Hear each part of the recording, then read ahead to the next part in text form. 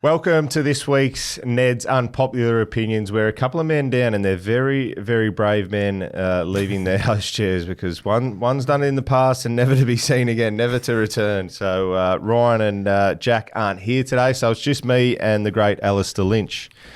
Rocky, I fear it was reference to the feathers over the last couple of weeks. Yes, they're both thinning and they may have just needed a bit of time off for themselves. Yeah, I know. So we might have to pull back on that. And speaking of, we've seen Andrew Dillon come out this week. We're in the middle of the bye. Well, he's got feather issues as well. Well, he does as well, actually. But we're in the bye rounds and people taking time off. He seems to enjoy the 5 weeks of byes. I can't stand it. Nah. I reckon they've got to adjust it. Sounds like they're not going to.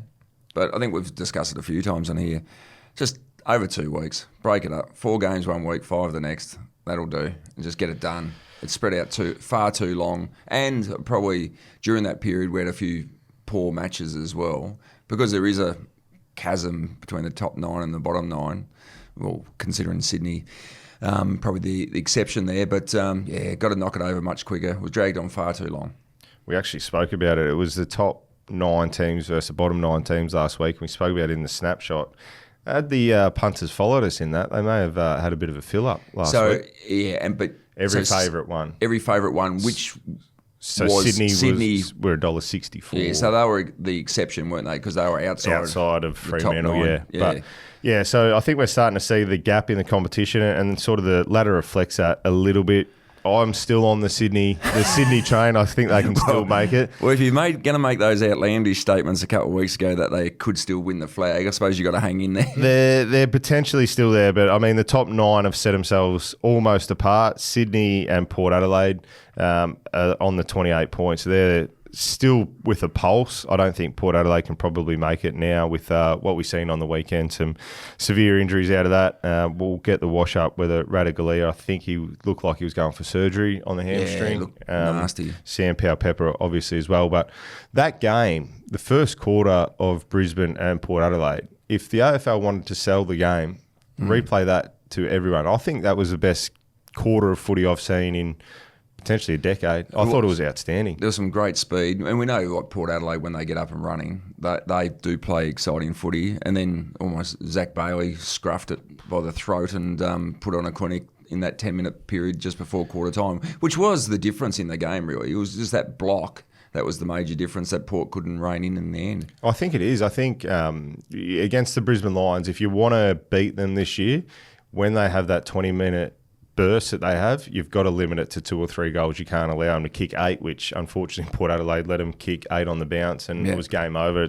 It's too far back, but I thought that was a cracking game of footy and Brisbane really needed to win it. They sit second now. I don't think anyone will catch Collingwood, so they've wrapped up that top position, but then it's a lot around that from second to 9th. I'll throw in 10th because I want to keep Sydney alive, but it's going to be a bit of a seesawing back half of the season, which is exciting. Yeah, absolutely. So who's it down to for the flag? I mean, with you got Sydney still. You got Sydney flag in there. I think Collingwood at their best. So Brisbane at their best. Absolutely, Collingwood, Brisbane. I'm not convinced on Adelaide yet. I know they sit third on the ladder. I think they'll finish top 4. They've got a reasonably soft draw on the way home. They were just a bit off.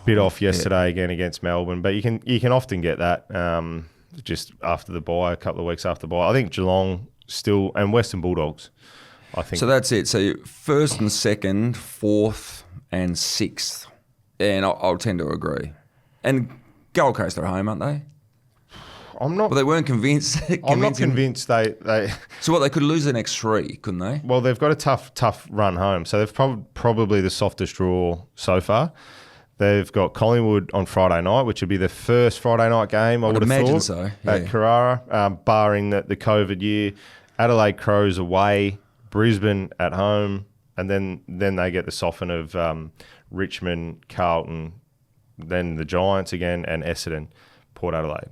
So it's not the easiest run home. The next 3, they could be right back in the pack, though. Well, you know what could help them is Freo. Because Freo have got to go up. So Freo have got to win games. They certainly do, and they've got Hawthorn this weekend, which is no easy game. No easy game. Well, they've been good. They've had a good 6 weeks, and I think the last couple of Freo games that I've done, I think they've been really good. They've moved the ball well. They're set up behind the ball. They've obviously got some star players. They'd be disappointed with the result on the weekend because they got absolutely obliterated in your department in stoppages. Yeah. It was almost embarrassing how much they got smacked. Oh, and speaking of, did you hear my interview with Brodie Grundy post-game? And I asked him about the dominance in stoppages. He said, "Oh, did we?" I said, "Well, you were 9 zip and centre clearances at one stage, and you kicked 5 goals from centre bounce." "Oh, did we really?" Yeah, I think Ruckman don't quite see it. I've been big on this for a number of years. That Ruckman better game without him, but in saying that, he was good, real good. Yeah. He's had a bloody good month, and I think we were chatting during the game. I spoke to him after the interview actually. I reckon 2019, 18 sort of. He was All-Australian ruckman at that time, I think, and his ability to run around the ground like a midfielder was incredible. You just stood there at the games live and watched him and thought, "Geez, you're flying." He's back doing that now, which is something we haven't seen for 5 or 6 years, and he just looks happier, fitter, and he's going to cause some problems with that Swans team. I think they'll upset a few on the way home. We just had a quick look at their draw. It's going to be really tough for them to make it. I know I'm on their bandwagon. They've got to beat Brisbane up here and Geelong at home and the Giants as well. So they've got 3, but they've got a couple of nice games. But for him to be able to expose a Darcy, etc., in like those bigger... Jackson, and then Jackson as well. Jackson's obviously the one that can cover the ground like Grundy does. So he's had a massive game there for Sydney. On that game, and then we'll get back onto the Port Adelaide game. Like we see the raw emotion of players when they're copping an injury, and the frustrations have been stuck in the medical room for a long period of time. Like Tom Papley with a foot injury for most part of the season, and comes back now has snapped a hamstring, and just devastating for these guys when they know they're out of the game for an extended period. But the most one and the rawest one was a former teammate of yours, Sam Powell-Pepper. Who did his ACL. Like, obviously, I don't think it's totally... The scans would probably be today. Oh, I think it was pretty, convincing. Yeah, I mean, and you know what, to be fair, speaking to Port Adelaide at 3/4 time, they know it's an ACL. Yeah. They just didn't want to go with it because of the scans. But just to see that raw emotion of a man that's worked hard at his trade, had an ACL, now the other leg, he's done that knee, and he knew straight away. Yeah. He knew what it was. And you could even see that once that pain of the ACL snap, he started running the boundary line thinking, "Oh, no, it might be a chance." But it's just devastating. Tell us a little bit about him, because a lot of us don't get to know Sam, but he's one of those almost spirit animals on the field. And he was at the third quarter. The third quarter, he turned the game, or the second quarter. Second quarter, he turned the game, He just absolutely ripped Brisbane apart in a great effort. Well, in that first quarter, if he had got someone, they'd be still picking him up out of the Gabba turf now. He came through a couple of times and just missed. But, I mean, his journey and story's been an exceptional one. Obviously, a childhood that wasn't blessed with opportunities and whatnot that some kids have. He certainly wasn't a private schooler or anything like that. And, he's done it the tough way. And then he had his challenges at Port Adelaide, could have easily found himself on the scrap heap and gone down a different direction, moved in with Travis Boak, who showed him about what it is to be a professional, what it is to be an AFL footballer. Because he was a failed midfielder, wasn't he? Yeah, I think he would still be a midfielder, but Port sort of... Failed him. That's wrong to say failed, but... They moved him, and I think he pinch hit it on the weekend and still does it. He plays that half-forward role really well, but he certainly started as an inside midfielder, had some off-field issues. He's straightened them up and been exceptional. He's got a young family now. He actually had his 3rd daughter during the week. Yeah. So I spoke to him after the game, and I just put that into perspective. Like, yes, it's shattering to do your knee, but he goes, "Look, I get to lay on the couch now with the baby and do that." So he's in a really good mindset. But his journey's been an incredible one, and I think the big factor in his career, and even if you spoke to Sam, I think you would acknowledge that the biggest thing was moving in with Travis Boak and just put him on a different... He may have been going down this way, and Boakey just corrected him and tinkered it out, and And to Sam's credit, like, you've got to want to do that yourself as well. You can be forced to move in with someone and do different stuff, but unless you want to make those changes as an individual, you don't. So what he went through his rehab, and the physio's there and the medical team, he's obviously worked really closely with them. They said to him, like, 10 months' time is April. So you can be back sort of the end of April next year. So you think maybe around 7 or 8, he'll be aiming to get back into the fold, and he'll come back bigger, better and stronger. And as you said, he goes, man, bros, I was just ripping it up. I was. And I said, you were dominating. Like, he was clearly Port Adelaide's best player at halftime by a long way. Oh, yeah. And I think he was the person I spoke about at halftime. Yeah. Like, what he'd done in that second quarter was fantastic. He just lifted the team. Yeah. And he looks like he does that, whether it even is not just impacting the scoreboard, but his defensive work in that forward half. Yeah, his pressure, like, he certainly lifts them, and he hits hard. He hits when you get hit, you've been hit by him. And so it's probably him and Butters would be the spiritual leaders, so to speak. So you've got Connor, obviously, as a captain there, and Sam's in the leadership group. You're seeing Ken grab those leaders at quarter time and give them a rev up, and Sam was the one that sort of lifted definitely in that second quarter. So that's what I interviewed Kenny at half time and said, what'd you say to him? He said, just demanded honesty. He said, I was honest with him. Yeah. And so I think it hit him between the eyes with what he needed from him. When post game I was thinking about Sam, what he did in the game, it made me sort of think, who are those players in the league that if you chuck the ball in a cage and said, get it out. So not the cleanest players. If it was a muddy day cage match and you put the ball in, who's the players? And Sam seems like one of those. Just he'd be definitely there. Get the ball out of the cage. So I thought I'd see if I can come up with a top five. Top five cage fighters. Yeah, cage fighters with the footy. Who would you put in? So I had, I'd say Sam at 5. Yeah, did definitely be in there. I had my number 4. I thought Matt Rao. Yeah, Matty Rao, he's a contested beast. And just goes hard. Puts his head over it. And, just like, doesn't say much, just gets it done. Just no thrills. No. Even in the post-game interview, he gave Sarah yes, no, next week, 1 week at a time. We could talk about a few interviews like that at times, and that leaves you hanging. If you go in with a handful of questions and you're sitting there and you think, well, we've got 2 minutes to fill, and they go yes, no, and you think, shit, I've still got ages to go yet. So all right, so 4, Matt Rao.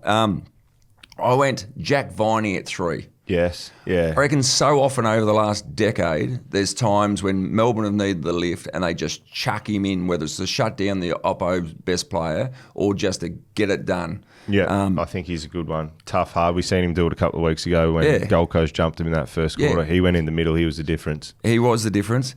Celebrating game 250. At number 2, I've got Tom Liberatore. Yeah. I smile every week watching him. I think, geez, you have a crack. He rips in, doesn't he? And not that he was on the outer, but he could have easily finished a couple of years ago, but he's just continued on and, he's done really, really well. And tough heart, and got personality. Even, did you see the Channel 7 after the game? Not that you probably watched it, but...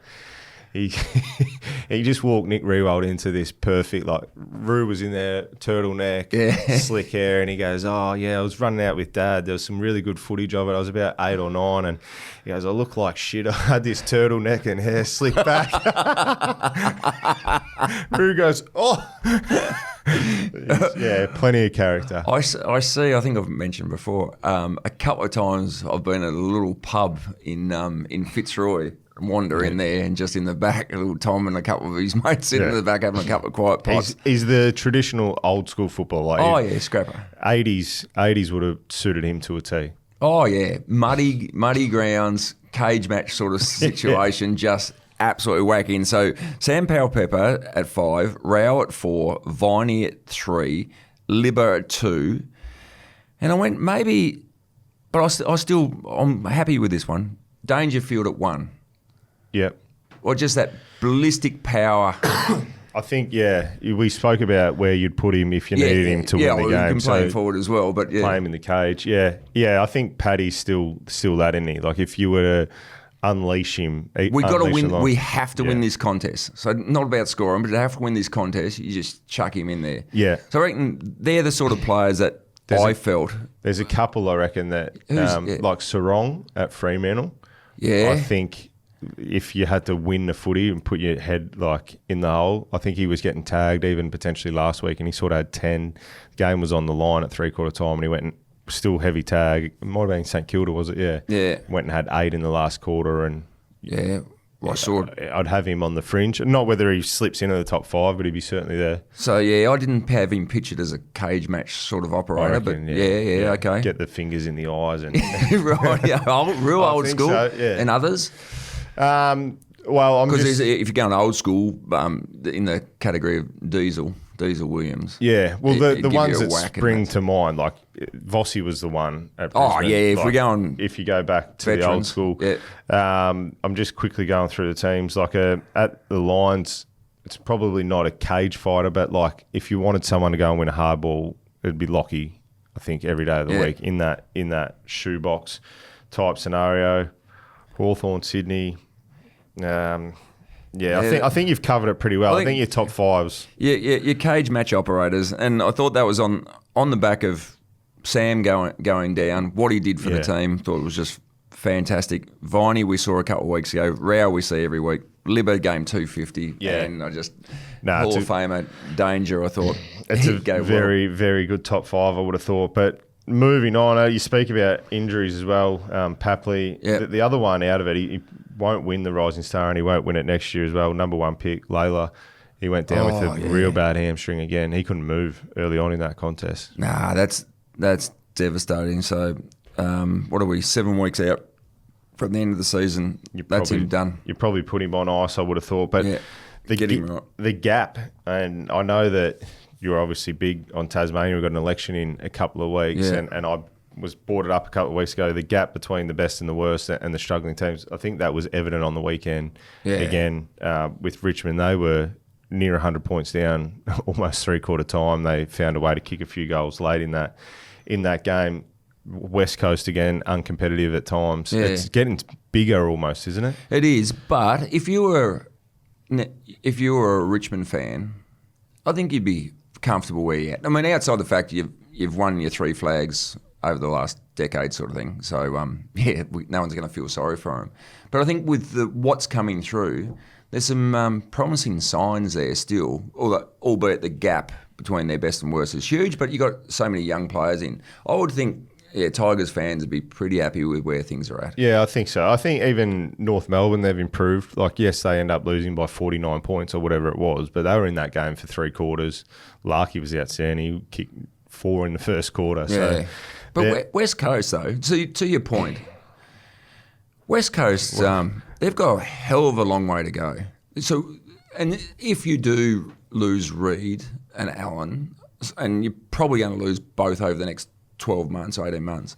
It's a long way back for a powerful club. They're going to have to start this rebuild is going to have to be extraordinary, and as always, and you lost a Hall of Famer in McGovern as well. You've lost Barras. It's just going to be a massive rebuild, and that's one club that's going to have to be lucky with injuries.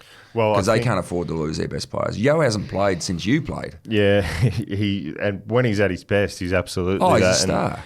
And we've seen him fight for that. I think it was 2 or 3 year deal last year and extended and stayed. But they're a couple of years off it, aren't they? Even being competitive. So they are. At least. It's a hell of a long way back. And they obviously up-traded to bring in guys. Kelly, they tried to top up and win another flag. Don't think it really worked. Geelong would be licking their lips with the picks. They gave up a fair bit to get Liam Baker in as well. So they're certainly... They've got a long road in front of them, and they're going to have to develop as quickly as they can. The other teams that are sort of dwindling there in no man's land is a little bit Essendon. They've had their injury concerns, but Carlton as well, and what they do, touched up again on the weekend by Collingwood. Oh yeah, that was devastating for Carlton. Watching the Essendon game, and when we watch from afar, you don't always I focus probably more on the key position players because that's where I sort of played. You focus probably a bit more on the midfield. Sam Durham, geez, he can play. He can play. Yeah, you talk about the cage matches. There was times in that first half watching him, the way he goes in, he gave a few free kicks away, which you don't mind at times, just invest in the future. But geez, he has a crack. He looks like he's a high-class competitive player. I think so. I think they've got enough talent there. Obviously, Merritt does what he does. He had 40 on the weekend. Durham, Nick Martin's another one. So they've got a few on the edges. Their like spine as well is reasonable. Caddy and those guys. Caddy's going to be a player in the future. It was May, wasn't it, that had kicked the 3 goals? Archer May. Yeah. So Derm's stepson. Yeah. But kicked 3 goals in about 5 minutes there. So he was on the list, a couple of weeks ago, wasn't he? He was in mid-season. Yeah, but you know what? He's ex-Richmond Twos player. Right. So he's ex-Richmond Twos. Durham was. D'Ambrosio played Twos at Richmond. There's a few who have gone through there. There's enough talent, I think, around there to pick one or two, and particularly at those good clubs. That's what I think Tassie should look at as well early on. Look at those premiership teams, the guys that are in the VFL that are performing really well, that can't quite get in, that can be good, solid contributors at AFL level, just given the opportunity, right environment. Yeah, so I'll tell you what will happen there. So like those, you'd like to better pick, like whether it's Archer May or especially Durham and D'Ambrosio out of the VFL. But what will happen, so over the next couple of years in the VFL, there'll be, so Tassie hasn't all been ticked off yet, but the hope is we'll have still a bit to go. 2 weeks? Yeah, still a bit to go. The hope is we'll have a VFL presence or VFL team over the next 2 years. And I think the opportunity would be for some of those VFL players that are 22, 21 years of age, haven't had their chance yet, but we get them to Tassie with the offer of some list spots for that cohort that come down now. There'll be some list spots up for grabs. So they might feel, well, I've struggled in the VFL via Richmond or SANFL to get drafted. This might be a different pathway where I can sort of go down to a place where they're going to list, it might be something like we give 4 rookie spots for that VFL cohort, basically. So they might feel that's a better vehicle to get them drafted and helps us as well with some mature age talent. So. And question without notice, obviously Tassie going to be in the market for a senior coach. Mm-hmm. Let's quickly run through the coaching merry-go-round that could potentially happen at the end of the season. Yeah. Whether you think they're safe or in trouble. West Coast is obviously going to be safe first year. Yep. Richmond, Uze is going to be safe. Yeah. Clarko, 1 more year. Oh, yeah, they'd want to be better next year. Better next year? Yeah, he's safe for next year. Safe for next year. Ross Lyon. Yeah, I think they've gotten they appear, he'd want to be in a better position this time next year too.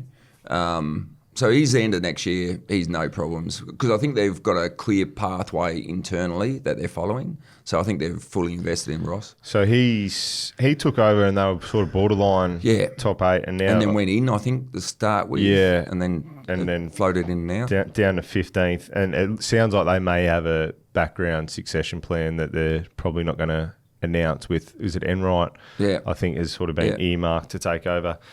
Now we get to the interesting one. Simon Goodwin. Yeah, that is an interesting one. He's been there a long time. They've just signed Pickett long-term, who's a massive Goodwin fan, so sort of aligned himself there. But yeah, I think once you're at a club for an extended period, now you get a few credits for a premiership, but once you're getting past a decade, it's any time. So no, he's absolutely he'll coach them next year, but yeah, under the pump. He'll stay. So because I'm of the opinion that he may hot to be burning under his seat. I think the end of this year. Yeah, because Melbourne, their list, they were there to win it, and they probably should have. They've left themselves 1 or 2 short. I would have thought. I feel like they should have won after they belted the Dogs in that grand final. Like they'll probably win at least one of the next 2 or 3. Yeah, and they've gone straight sets, and then miss. Yeah. Well, that's right. I think it'll be their list build their list management will be interesting at the end of this year. What do they do while you've still got some tradable assets? Yeah. The hard thing is, like, the Oliver, he's, like, I know that you love him, and he's a great player when he's up and about. No, absolutely. No, I'm not. I think he is a star, but he's certainly dropped. His output's he was dropped. a star. Yeah, his output's dropped. Signed the long deal. So to move him on, though, no one's really going to want to take him with that contract unless Melbourne are paying part of it. Yeah, they'd have to pay part of it, and you'd probably want to drop him into a very experienced, mature, a Geelong type. Yeah, that type. That feel they can control him. So yeah, no, reasonable point. And like Lever's another one. I think he's still got a year or two on his contract to go, and he's been in and out of the reserves. So no, tough one. But yeah, no, I think. Safe for now. I think that he's safe for now. But just on the back of the Tassie are going to want to coach. Yeah. So you've got certain coaches that you could go and get now. Yeah. I think like a Buckley, a Horse, Simpson, the ones that have been proven. Obviously Hinkley's out. Yeah. So does a club beat you to the pinch almost and grab one? Brad Scott, Essendon. Well, when they re-sign him last year. I reckon he's got at least another year or two on his contract. Oh, yeah. And I think absolute safe as houses. Safe as houses? Yeah. I couldn't see him. And mainly because of the injuries. Yeah. So they haven't had a back line. I mean, so many of their defenders have been out injured. And I think, regardless of where you sit on the ladder, that gives you a certain amount of free passes. No, I think he's no problems whatsoever. And I think they will improve once they get a number of these players back. Ex-coach of mine, ex-teammate of yours, Michael Voss in Carlton. Well, he's at Carlton. he's going to be tight, touch and go, isn't it, at the end of the year? Well, it appears so. But, like, what frustrates me is, like, well, they haven't made the decision yet, I suppose. Twice in the last 2 years, they've decided he's the man. Yeah. So when they signed him and then they re-signed him, so twice they feel that he can coach, and with his feet under the desk for two years, they've seen he can coach, so they've signed him again. So I'd be staggered if they moved him on at the end of the year, really. Wouldn't you give it a go with doing the Damien Hardwick tweaking whether it's the assistant coaches or footy department, but trying a few things. The fact that they've assessed him twice and they feel he's the man. But yeah, it is Carlton and they've gone down that path a few times before. But I think he'd be right. They've had a few injuries as well, so you can make that sort of excuse. Like some of their good players. Walsh isn't available. Mackay hasn't been there, so. I'm not making excuses, but... No, but is there a greater appreciation? Their list is unbalanced. Yeah. Like their TPP, their total player payments, is going to 5 players. And so it goes to their spine. Yeah, that's right. So if they're not absolutely flying, the second tiers... A lot of the second tiers are probably third tiers these days. So there is a gap. Yeah. So... Yeah, I think... safe for now.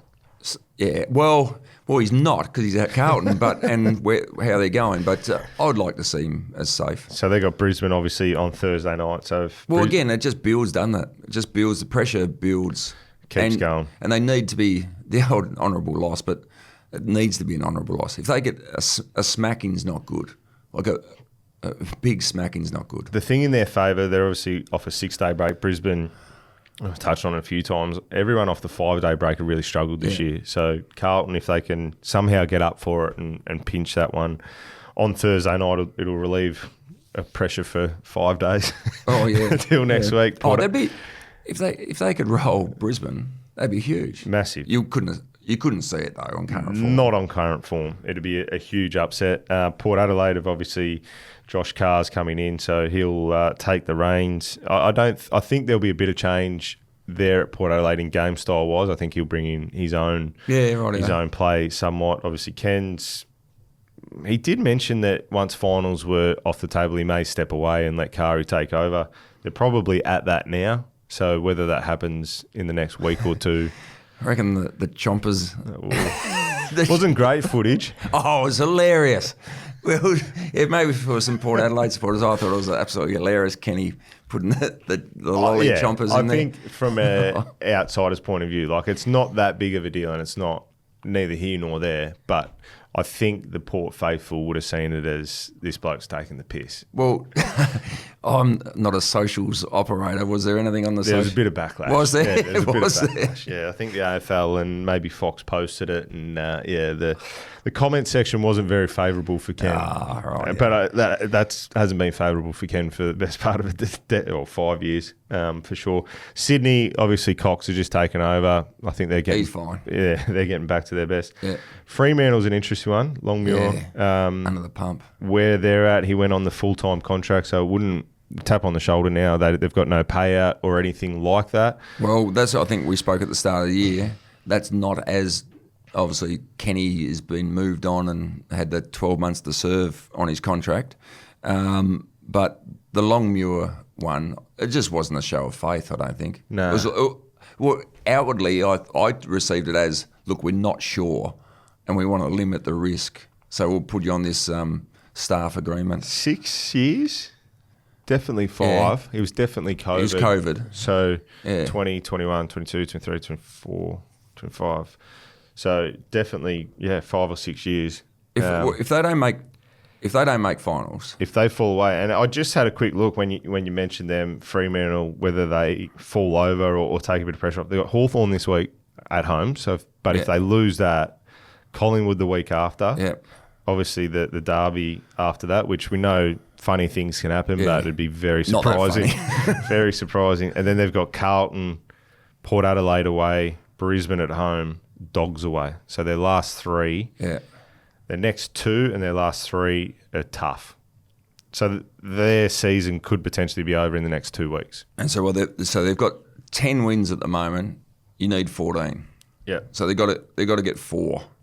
So you would give them, And they've got the worst percentage. West Coast and Carlton. Yeah. I wouldn't be in the boat of giving him Port Adelaide. Yeah, the way Port played last week, and we know that they had a couple of injuries, I wouldn't be confident to sit here and tick. I wouldn't be confident to tip them against Brisbane or the Dogs or Collingwood. So they're going to have to pinch. So how many you got them? You're giving them I'm 2 giving wins. them two more. 2 wins, so that would be 12 wins. They miss. Well, Hawthorn Yeah. this week, they could win that. Yeah. They have to win that. That's sort of a 50-50. Collingwood, they lose. Yeah. West Coast, they win. Carlton, they win. Port Adelaide away, I don't give them yet, confidently. Brisbane at home, I think Brisbane probably 2 weeks before finals will want to win it, up and about, and the Dogs away in the last game. So I'm confidently sit here and give them 2 more. With Port Adelaide and Hawthorn as their elimination finals. Yeah. Yeah. So they have to somehow pinch 1 or 2 on the way home. So that hot seat might be... Yeah, no, that's up for discussion. He wouldn't, as you said, after 5 or 6 years, wouldn't want to miss the finals. And then after that, I think we're pretty safe with the rest of them. Obviously, unless something dramatic happened at the Adelaide Crows, it'd be Nixie there for 6 years without finals. I think they're going to make finals, so I think he's safe. They're playing finals. Besides that, I think Kingsley's safe, Hardwick's safe, Beveridge we just seen re-signed. Just signed, yeah. Sam Mitchell's fine. Chris Scott could sign a 100-year contract if he wanted. He could anywhere in the comp. Well, that's right. So there's a few there's a couple that are under the pump, and over the next couple of years there might be a couple drop out. It's those teams from 9 to 15, realistically, just to circle back, that are probably under the most pump. So Ross Lyon, Goodwin, Brad Scott in sort of 12 months' time, Vossi and Longmuir. There's going to be... well, the reality is that Tassie over the next...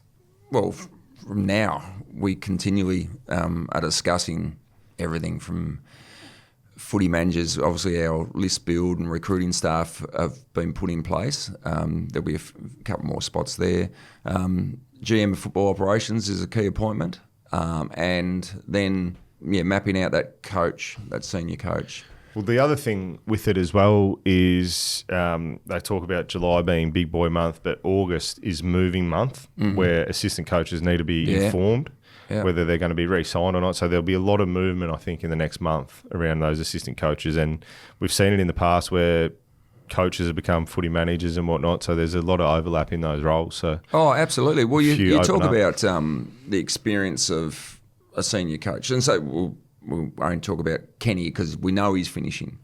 There's nothing to suggest that a senior coach like Kenny wouldn't be a good GM of footy operations. Like that, they've run, big teams of players. I suppose the only thing there, if you're going down that path, you're establishing a football department. So you'd want to have some good detail to how you go about it. So, but not ruling out a senior coach as a GM of footy operations. But there's some of the names you mentioned, there's some great candidates that, rest assured, they've all been up on the whiteboard at different stages. And there's, as we've heard from Brendan Gale a couple of months ago, there's been some discussions going on. There'll be a committee, I suppose, a selection committee to, pull together what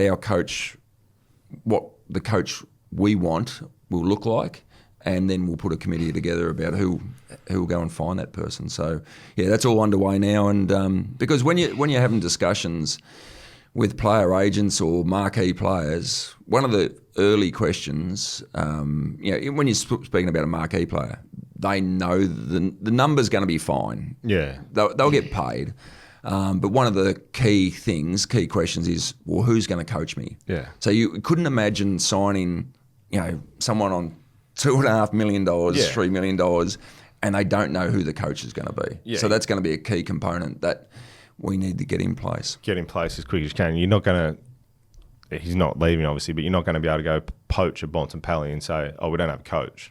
If you're going to pitch to I'm just using Bontempelli as the best player in the comp. If you're going to pitch to them, you're going to want a coach to go and a coach almost in the meeting to sell the dream to them as well. No, absolutely. So. And that's where, whether it's, there's so many of these coaches are coaching now. So ideally speaking, if you're taking Bontempelli to Tassie or Nick Dacos, as he said, he would entertain going to Tassie, which my phone lit up at the time. Fell off the chair. And especially when Craig McRae said, well, if he goes, I'm going too. I got right. We'll do the double package. So, but if you're taking a Bontempelli to Tassie on bye weekend, be showing him where the facility is going to be or getting built or completed, show him about the stadium, and ideally you've got the coach there as well. Yeah.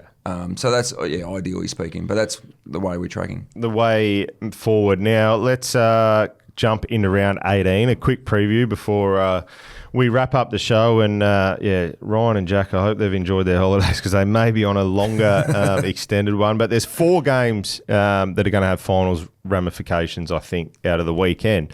First v 7th, which is Friday night, which you'll be doing down the Gold Coast there. The Gold Coast Suns take on Collingwood. Massive game. Huge game. Another sellout. As you said, it's probably the first Friday night game and genuine.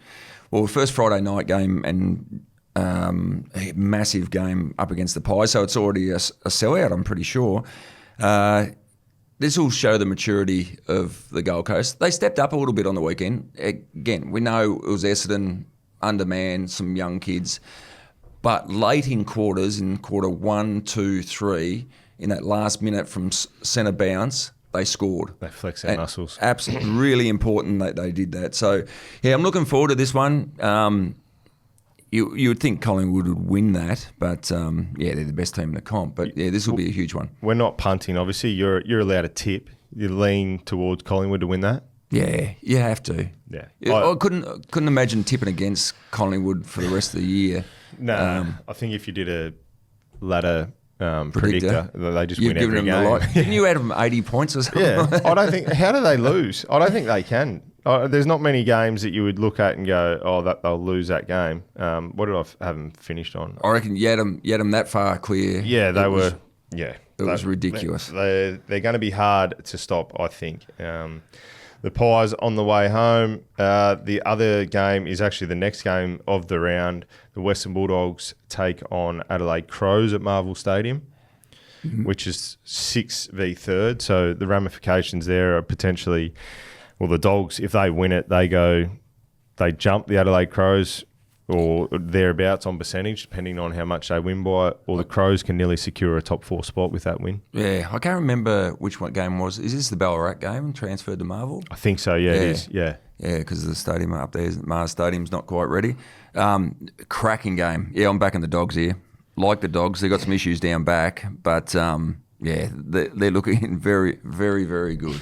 They've got enough weapons through the midfield and then in the front half to be so scary. So they can score heavily, which we've seen them do against North Melbourne on Thursday night. And a lot less reliant on their stars as they were. I mean, Bontempelli doesn't have to have 40 and kick 4. Fraser just jumps up and goes well. Sam Darcy, he had an off day, didn't he, on the weekend? He scrapped through with 4 or something. Yeah. That was a genuine shootout early in that one. Norton and Larky at the other end. It was good. The 2 key posts, which we haven't seen probably since your heyday, Lynchy, when you were kicking bags of goals. Yeah. When I was getting bags kicked on me. But the Crows can win it because of those key tall forwards and what we've seen Isaac Rankin do yesterday, kick the 5. They've got weapons in the front half. So the Dogs, you said they've got the issues down back. If the Crows give their forwards enough supply, they can win that game of footy on the road. That's where old coaches Lee Matthews would be talking about. So as a big forward, unless you're marking it as a big forward, you just become a slow defender. Yeah. And so it would be very reliant on Tex and these guys actually grabbing the ball and competing well. Because if the Dogs defenders can neutralise that, be moving very quickly out of the back line. Now, I haven't spoken to you about this, but I'd imagine you might have a flight out of the Gold Coast or Brisbane early Saturday morning down to NG Stadium, which is, again, another big game, 4th versus 8th. So the Giants take on Geelong down there. Ramifications obviously there. If the Giants cough this one up, all of a sudden their top 8 position becomes very nervous and Geelong can jump back up and potentially take a top 2 spot pending what happens with Brisbane. This would be a great game. So I get back from the Gold Coast, early flight down to Western Sydney. This would be a huge game. I think the Giants can do this at their best. So this would be a great test. But you reckon the Fremantle Dockers supporters will be barracking for Geelong? They'll be cheering for Geelong to get home. That's obviously Saturday afternoon and into the lead up to the 4th game, which is the last one, which is the Fremantle game. Yeah. I think the Giants may win that before we move on as well. But Fremantle take on Hawthorn, so 9th versus 5th. This is a flip of the coin, I would have thought. They've just got to win it. They've absolutely got to win this, Freo. And they've got the talent through that midfield. They got their forward targets that, they didn't have great days on the weekend. Tracy looked like he presented all right. Amos had a quiet one. Voss got subbed out. Obviously still going the 2 big ruckmen. So, no, they just got to get it done. They got to, but it'll be a good test because they don't move the ball that quickly. Hawks, they zip it around. So they want to sort out their centre bounce especially, otherwise they will lose. Yeah, it's a genuine flip of the coin. You're probably leading to Freo with that home ground advantage, but Hawthorn going over there, you wouldn't be surprised the way they're playing if they win. Imagine Perth was wet a couple of weeks ago, but dry conditions, nice big ground. Geez, the Hawks could actually get zipping up and around that ground and cause some issues. So no, I got my gut feel Hawks. Leaning towards Hawthorn. So the big 4 games, we've got Lynchy going with Collingwood, the Dogs, the Giants, and the Hawks. So I think it shapes up as a really big round of footy, and we'll know much more about all teams and where they sit. If Sydney beats St Kilda and a couple of those teams lose, I might be able to get Sydney into the 8 and get a few more people on board by the end of round 18. Did you get much support? Not really, no. Especially after they lost against the Dogs. But they were good against the Dogs. They were good. They just don't get any points for it. If they had just fallen in, it would have been nice. But we'll wrap up the show there, Lynchy. As I said, Ryan and Jack away today. They may not be back after the performance of you today. Absolutely dominated in that seat. But thanks for joining us again. Well, good on you, mate. What are you really gambling with? For free and confidential support, call the number on the screen or visit the website